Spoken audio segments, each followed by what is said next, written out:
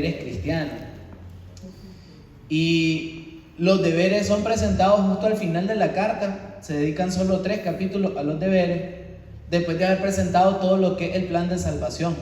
De hecho, la razón para ejecutar todos los mandamientos que van a salir de aquí en adelante son el primer enunciado del versículo 1. Así que, basado en lo que acaban de ver, les ruego por las misericordias de Dios. La presentación que Pablo ha hecho en los capítulos desde el 1 hasta el 11 es simplemente esto: usted y yo estábamos perdidos y merecíamos la ira de Dios, pero Dios ha enviado a Jesucristo.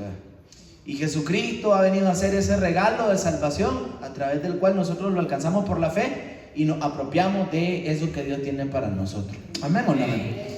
Pero en el 9, el 10 y el 11 Él lleva ese plan a dimensiones cósmicas, porque Él llega a hablar acerca de cómo Dios trató con naciones específicas para que usted pudiera ser salvo. O sea, literalmente Dios movió cielo y tierra para que nosotros pudiéramos ser salvos. Dios movió la historia, Dios movió absolutamente todo. Hay un pasaje en Isaías donde el profeta clamaba: oh, si rompiesen los cielos y descendiera. Bueno, en Jesucristo eso pasó.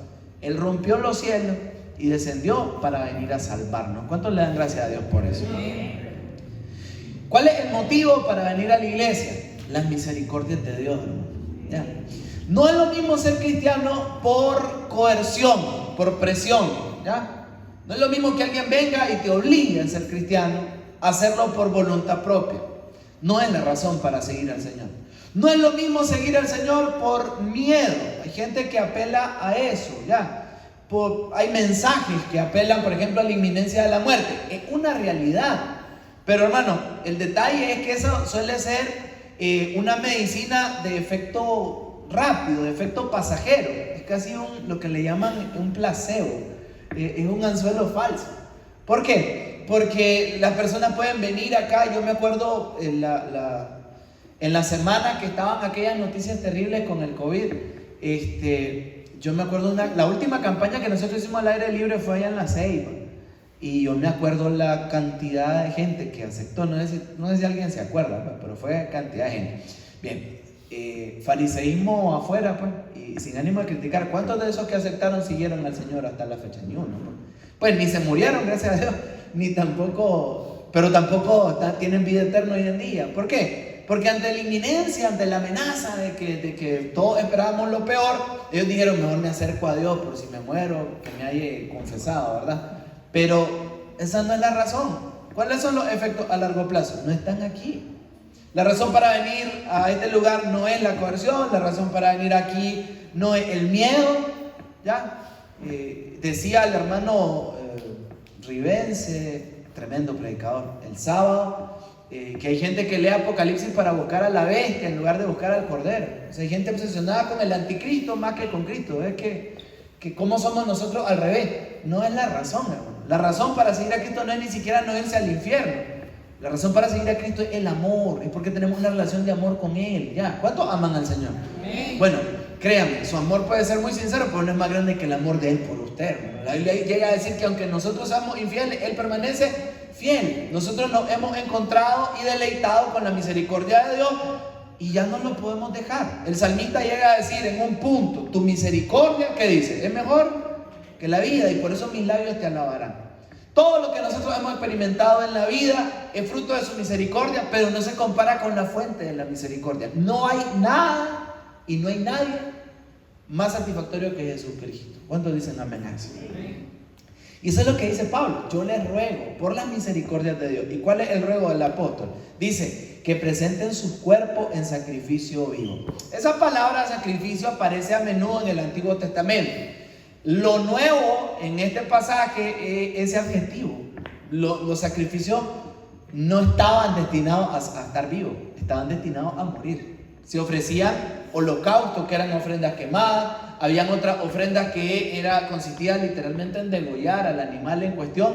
Y en el caso de las aves, destazarlas literalmente. Entonces implicaba muerte, implicaba sangre, dejar de existir. Lo nuevo que le agrega Pablo acá es que él dice: sean un sacrificio vivo. No es la primera vez que lo hace en la carta. Si son tan amables, en el capítulo 6 lo menciona 3 veces. Capítulo 6 de Romanos.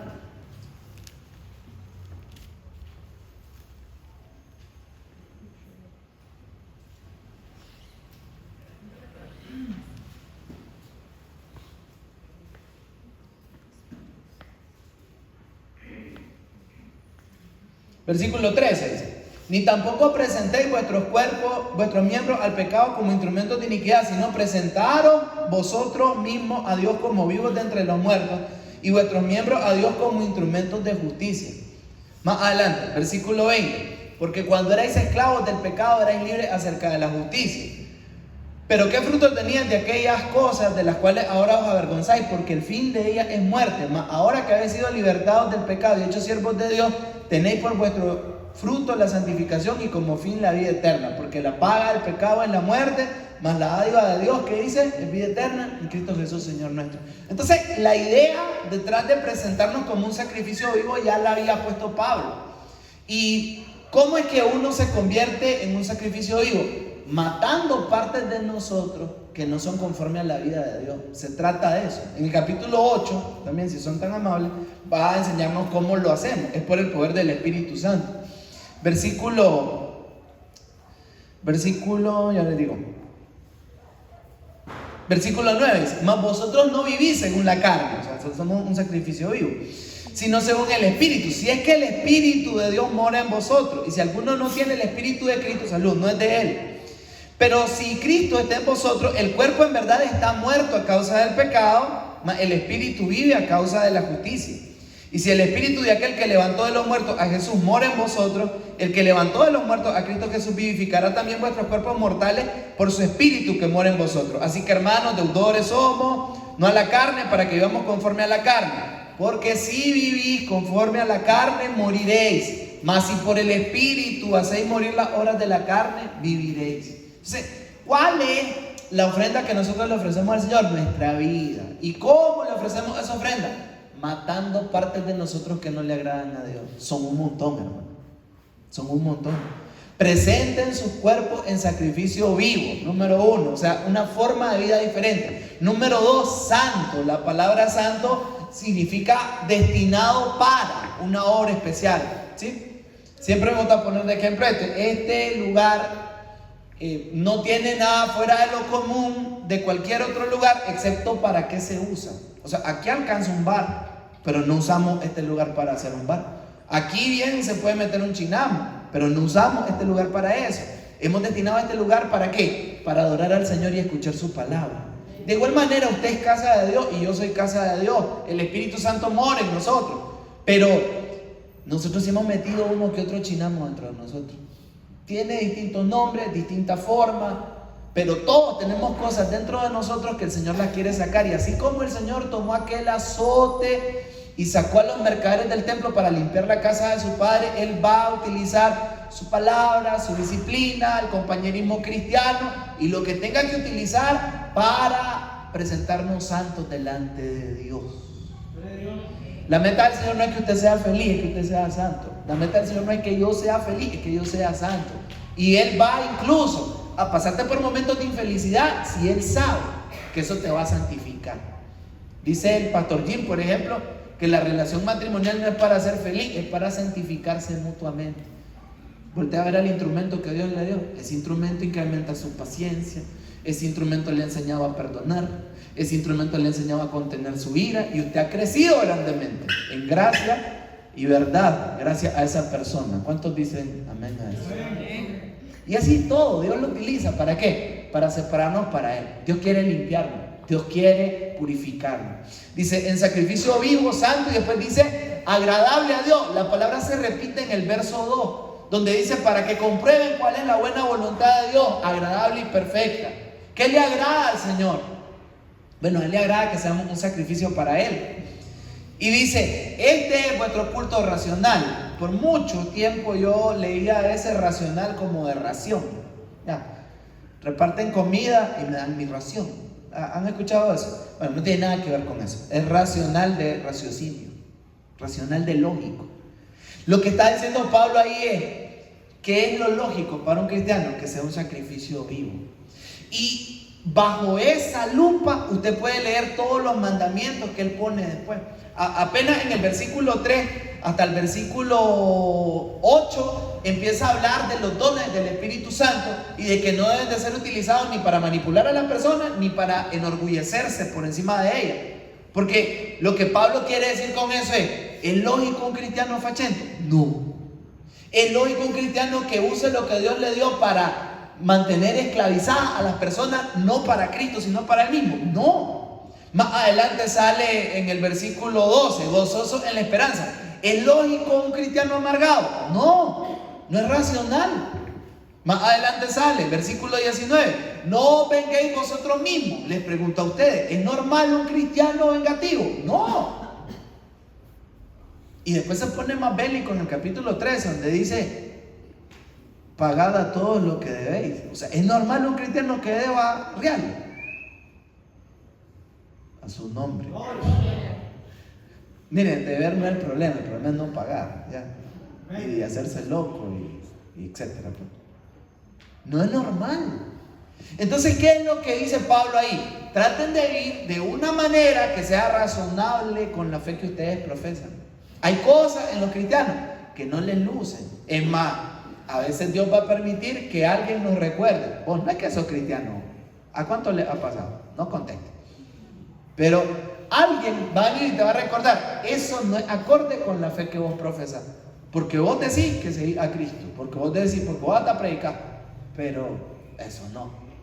¿Le ha pasado? No tiene que decir a mí. Versículo 2. ¿Cómo una persona se transforma en un sacrificio vivo? Y aquí viene la cuestión. Dice, no se conformen en este siglo. La palabra ahí conformarse significa amoldarse prácticamente. ¿Ya? En el pan se utilizan los moldes. Por ejemplo, cuando se van a hacer los queques, entonces se meten dentro de un recipiente de la forma del queque que va a salir. En la construcción pasa igual. Cuando el cemento está fresco, se mete, pero primero se hace la forma con madera, para que el cemento, que está ahorita medio líquido, agarre la forma, y después cuando se endurece y se quita la tabla, ya queda la forma que uno desea. Se refiere a eso. El mundo tiene su molde de hacer las cosas. Y si nosotros nos apegamos al molde del mundo, pues con el pasar del tiempo nos vamos a endurecer y ya va a ser nuestro molde. Es más, todos nosotros tenemos ya maneras de pensar y de actuar que ya están bien endurecidas y que el Señor desea quebrar. Como aquel alfarero que dice que tenía una vasija y no tenía la forma que él quería. Dice que la tomó y la quebró, la hizo pedazos y la volvió a tomar y la volvió a hacer. Hermanos, de la misma manera, toda forma de pensamiento, de sentimiento y de acción, toda forma de omisión también, las cosas buenas que no hacemos y que son parte de nuestra vida diaria, de nuestro carácter, el Señor los quiere tomar y quebrar esos moldes para que nos hagamos al molde perfecto, Jesucristo, hermano. El llamado suyo y mío es imitar a Jesús, seguir a Jesús, escuchar a Jesús, parecernos a Jesús. Amén o no amén. Entonces dice, no se amolden a este mundo. Por cierto, hermano, es importante qué concepto tiene usted de mundo, hermano. Porque si usted tiene un concepto errado de mundo, entonces va a disparar para otro blanco, ¿ya? Para muchas personas, mundo significa el avance tecnológico. Entonces, no se amolden al mundo, quédense con las costumbres de su época. No funciona así. Para muchas personas, mundo tiene que ver con la cultura. Abstráigase de la cultura porque todo es malo. Para muchas personas, mundo significa descanso. Y entonces hay iglesias donde se enseña que si usted se va con su familia de vacaciones, pecado mortal, porque anda en las cosas del mundo, anda ahí en esa Sodoma de Montelimar, a su nombre. Ay, mira dónde anda el hermano. Y así somos, porque nunca nos hemos tomado el tiempo de ver y qué rayos significa mundo, hermano. Miren, por eso dice la Biblia que conocerán la verdad. ¿Y qué dice la Biblia? Y la verdad hará libre. Mundo puede significar una de tres cosas. Mire, una de tres cosas. Mundo puede significar el planeta Tierra. El planeta Tierra. Y cuando la Biblia dice no se amolden al mundo, obviamente no está diciendo que usted se vaya a vivir a Júpiter, se va a morir.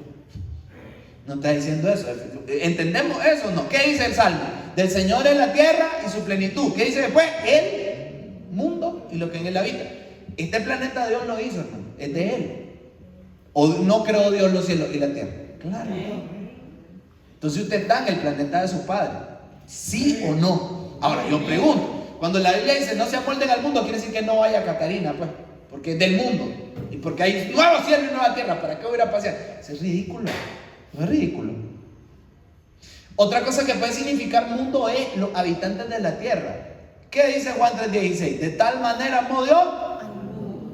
Y entonces cuando la Biblia dice no se amolden al mundo, significa que usted no le hable a nadie, o que sea pedante con la gente, que sea odioso con la gente. ¿Y cómo lo vamos a ganar después entonces? ¿Cómo vamos a odiar lo que Dios amó? ¿Cómo vamos a ignorar lo que Dios amó? ¿Cómo vamos a ser hostiles con lo que Dios ama? Dios ama a la gente, a toda la gente la ama. Entonces mundo no puede significar las personas. Mundo es una palabra griega, cosmos. Usted va a hablar del cosmos. ¿Qué es el cosmos? La estrella y la galaxia. ¿Sabe qué? Aunque desde aquí uno ve desordenado, todas esas galaxias tienen, todos esos planetas, cometas, tienen su órbita, si no chocaran unos con otros. Pero tienen un orden. ¿Ya? Tienen un orden. ¿Cuántos hicieron el sistema solar o se lo hicieron a su chavalito? Una platilina y uno lo hace. ¿Y qué es el sistema solar? Es como un espiral, como un planetón. Y está el Sol, y está la órbita de Mercurio, y la órbita de Venus, y la órbita de la Tierra, y no chocan. ¿Por qué? Porque cosmos significa orden. Eso es cuando la Biblia dice mundo, no se amolden al orden de las cosas. Otra palabra que habla de orden es la palabra cosmético. ¿Usted sabe qué es cosmético? Es lo que se echan las mujeres. Lo opuesto al cosmos es caos. Ya, entonces un cosmético ordena el caos. ¿Ya me entienden? Por eso en el hombre hay bellezas naturales. Un guapo, porque no se echan repello. Es broma. Bueno, no tanto, pero. Ya vio que ahí viene el cosmético. ¿Para qué sirve el cosmético? Para que todo el caos de la ojera y todo, uno ya se echa cal y va de viaje. Eso es cosmos, es ordenar. Entonces, ¿cuál es el orden en el cual la gente hace las cosas? Vuelvo al ejemplo, entre el verso 3 y el verso 8 habla de los dones. Miren, la Biblia no distingue entre dones espirituales y dones naturales. No distingue. Esa distinción la hicieron los teólogos, la hacemos nosotros. El mismo Dios que da habilidades para usarlas en un púlpito, las da para usarlas fuera del púlpito. Y si no, lea Éxodo 31. Donde salen los artistas que hicieron la forma del tabernáculo. Los nombres son todos raros, Beelzebub, algo así. Dice el Señor, convócame a fulanito, te saben los nombres bien raros. Y dice, porque yo le he dado esa habilidad en toda arte, para que ellos vengan y hagan mi casa. Hermano, usted puede tener habilidad para predicar o puede tener habilidad para cocinar. Las dos se las dio el Señor. Amén o no amén. Hay gente que tiene habilidades para la iglesia y gente que no tiene habilidades para la iglesia. No se sienta mal, Dios lo va a salvar de todas formas. Dios no le va a pedir cuenta a usted por lo que no le dio. ¿Sí me entiende? Dios nunca te va a pedir cuenta por lo que no te dio. ¿Para qué utiliza? Ahora, si Dios nos dio todo a nosotros, también se los dio a los que no le siguen. La Biblia dice que Él hace salir el sol sobre justos, que hace llover sobre buenos. No es que aquí estamos respirando un oxígeno puro y la gente que está allá afuera están respirando. No, el mismo aire respiramos todos por la misericordia de Dios. De igual manera, hermano, es Dios quien le ha dado la habilidad a los demás. ¿Para qué la usan ellos? Es diferente. Dios le dio la voz para cantar a Marco Witt y se la dio a el salmista que usted quiera, mundano, el que usted quiera. Uno lo utiliza para adorar a Dios, el otro lo utiliza para el mundo. ¿Cuál es el molde del mundo? Dios me dio un talento, lo utilizo para explotar a la gente. Dios me dio un talento, lo utilizo para engrandecer mi ego. Dios me dio un talento, lo utilizo para engañar a la gente. En cambio, el cristiano utiliza los dones para servir al prójimo y para honrar al Señor. Eso es, se rompe el molde de para qué usamos los dones y nos amoldamos a Cristo, que teniendo todo, lo puso al servicio de nosotros. ¿Cuántos le dan gracias a Dios? Teniendo todo el poder, toda la sabiduría, Él la pone al servicio de gente como usted y como yo. Nos manda eso, a romper el molde. Más adelante salen un montón de cosas. Ahí sale, sujétense a las autoridades, porque la rebeldía va en la vena del hombre, de chiquito. Y ahí dice, sométanse, hagan caso, por causa del Señor, dice la Biblia. ¿Están aquí o no?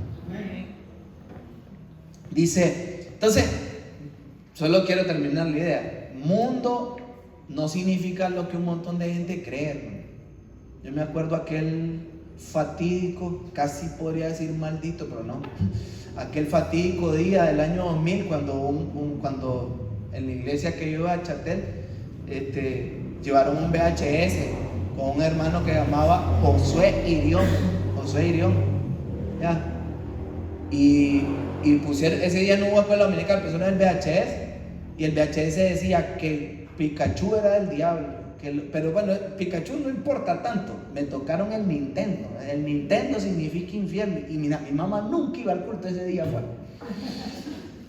Nunca iba a la vieja, ese día se le ocurrió a él. Y después yo iba a jugar Nintendo donde don Daniel, un señor allá, escondido, como Gintal andaba consumiendo cocaína.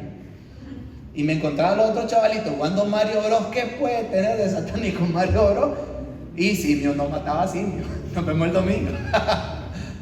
Ahora, y la gente agarró, un día esto, creo que era la Chanti, andaba una media de Hello Kitty. Entonces yo le dije, en broma, claro, que eso es satánico. ¿Por qué? Porque alguien dijo, cuentos de la cripta, que Hello Kitty significaba hola Satanás, hola diablo. Y el problema, ¿sabe qué? Que nosotros agarramos cuerda, fuente de los deseos, porque no tienen base para eso. Simplemente no les gustan a ellos los muñecos, porque cuando ellos estaban jóvenes eran los picapiedras, y todo el mundo siempre dice que lo de su época era lo mejor. Hermano, y en serio, cuando uno no se toma el tiempo de corroborar la fuente para que alguien diga algo, no puede creer ridiculeces. Ahí me disculpan la palabra, pero es verdad. Y puede no solo caer ridiculeces, sino imponérsela a su hijo. Que qué culpa tienen sus hijos, hermano. No los traumen. Ahí me traumaron de dos formas. La forma en que me vistió mi mamá, no hombre. Por eso después tuve cáncer en el gusto, en cómo vestirme. Y en lo otro, hermano, Dios lo bendiga, hermano. Uno hay que ser responsable en lo que dice. Mundo no es lo que usted diga que es mundo. Mundo es lo que la Biblia dice que es mundo. ¿Ya me entiende? Que algo no le guste a usted no significa que no le guste a Dios.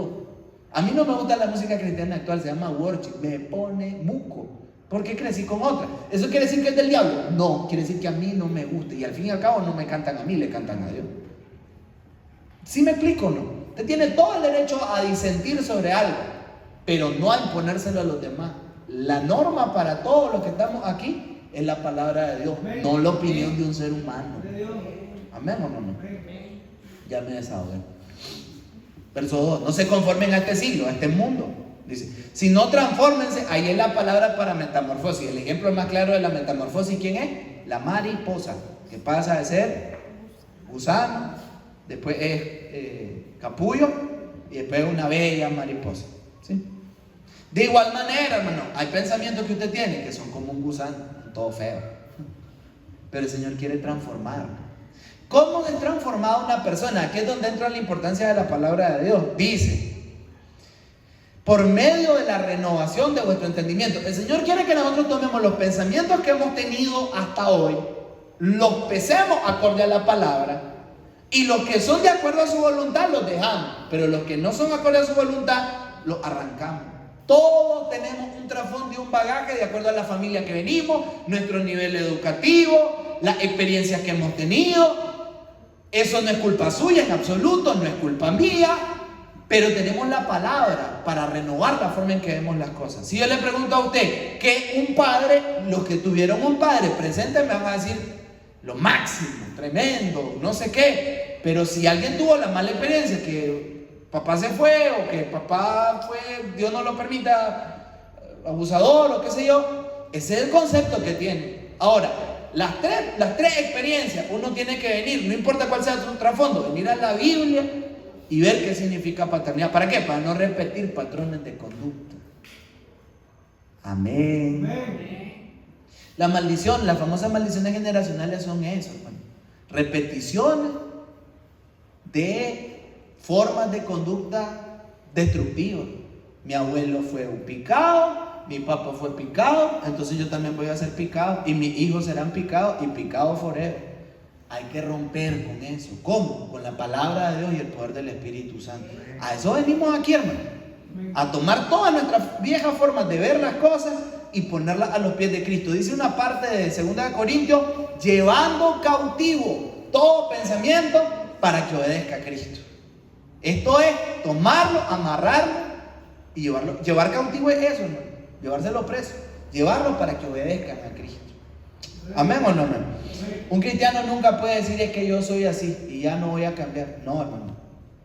El único que el gran yo soy es Dios y Él lo puede cambiar a uno. Si uno se deja así, pues. Hay gente que se cierra. No, es que ya voy a morir así. No, hermano, muera usted mismo. No se rinda. Siga peleando con lo que sea que esté peleando. Y créale al Señor. Dice, para medio de la renovación del entendimiento, dice, para que comprueben cuál es la buena voluntad de Dios. Esa palabra comprobar tiene que ver con cambien de mente para que actúen en base a eso. Cambien de mente para que comprueben. Ya. Está una medicina, quita el dolor de cabeza automáticamente. Entonces, ¿cómo puedo saber yo si de verdad eso pasa? Bueno, cuando yo tenga dolor de cabeza, lo tomo y después le empiezo a recomendarme comprobado. ¿Sí? Porque si no, es solo publicidad falsa. El Señor nos llama. ¿Se acuerdan del pasaje del diezmo? Yo sé que no les gusta, pero es uno de los pocos pasajes donde dice el Señor, prueben. Miren, normalmente probar a Dios es pecado, ¿no? Pero con el diezmo, ¿qué dice el Señor? Prueben, a ver si no les voy a abrir las ventanas de los cielos. Ahora, ¿y cómo va a saber usted que eso es verdad o no? Hasta que lo haga. No hay otro camino. Así funciona la obediencia a Dios. Ya. Uno puede decir, yo no vuelvo a ser generoso con las personas porque le di ayuda a alguien que era un sinvergüenza. No sé si le ha pasado, ¿no? Miren, yo a saber cuántas veces hay personas sinceras que han perdido por culpa de otros malvados. Por ejemplo, en los buses, ya. Allá en la UCA siempre se suben personas, pues, no es mi intención molestarlos y proceden a molestar, ¿no? No es mi intención molestarlos, empiezan. Pero, y bueno, casi siempre es la misma historia. Tengo a tal familiar en el hospital y que no sé qué, que no sé cuánto. Yo no le suelto un peso. ¿Por qué? Porque tantos casos de... Bueno, esa es una forma de pensar, ¿no? ¿En qué se basa? Que ya me dieron vuelta. Entonces, ¿qué hago ahora? Utilizar la palabra de Dios para moldar eso. La Biblia me manda a dar, pero hay que comprobar primero que la persona de verdad tenga necesidad para que no le den vuelta. Dice 1 Timoteo capítulo 5, ayuda a las viudas, dice, pero comprueba que de verdad sean viudas. Es exactamente igual, hermano. No peca usted cuando no le da un peso a un borracho, porque se va a ir a beber más guaro. A su nombre. Eliezer Santísimo dice que él le regala un pan simple con crema. Dice él. Pero no, hermano, uno hay que renovar su mente, continuamente ir transformando eso. Dice, para que comprueben cuál es la buena voluntad de Dios, agradable y perfecta. Pónganme atención, aquí termino. La voluntad de Dios se divide en dos. Hay una voluntad de Dios que se refiere a las cosas que Él permite, ¿ya? Esas no están en control de usted, ¿ya?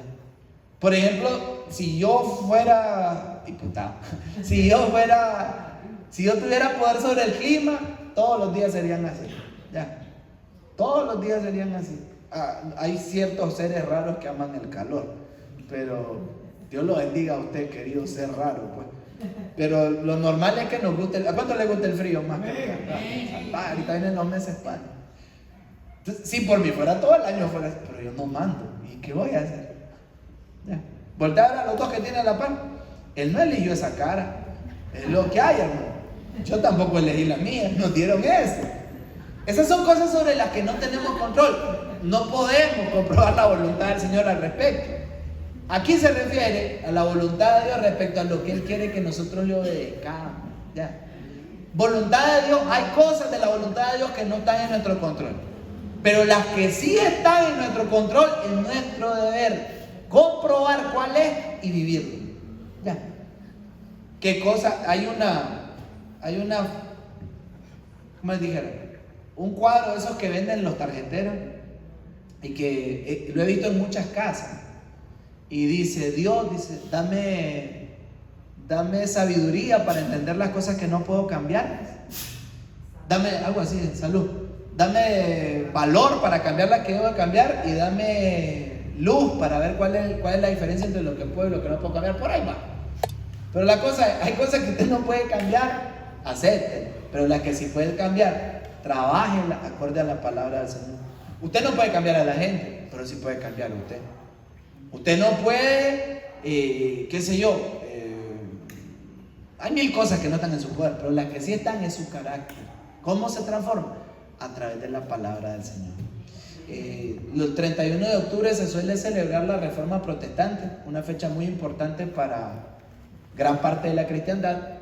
Y la Reforma, si bien empezó con una protesta en un día como hoy, su momento culminante fue 4 años después, cuando el personaje central de la Reforma, que fue Lutero, fue convocado por las autoridades civiles y papales a que se retractara. Eso se llamó la Dieta de Worms, entre el 19 y el 21 de abril de 1521. Entonces, a Lutero le pusieron sus libros enfrente y le dijeron: ¿te retractas de esto? Y él les contestó, dice: a menos que se me pruebe por las escrituras o la razón simple que yo estoy equivocado, yo no me puedo retractar. ¿De quién es la frase a la que quiero llegar? Dice: mi conciencia es cautiva de la palabra de Dios y no es bueno ir contra la conciencia, así que no me voy a retractar. Es más extendido, pero no estoy hablando de eso. El punto es renovarnos, nuestro entendimiento es llevar cautiva nuestra conciencia a la palabra de Dios. Olvídese que a mí me enseñó fulanito de tal, pero es acorde a la Biblia. Pero es que hasta hoy yo he pensado que, pero es acorde a la Biblia. Hermano, a mí me ha tocado un montón de veces, hasta a nivel doctrinal. Yo me cansé de decir que la salvación no se perdía, hasta que mi mentor, mi maestro en teología, se llama Jairo, me dice: hacerle un exégesis a Hebreos 6, o sea, ir al griego, y me quebro la vida.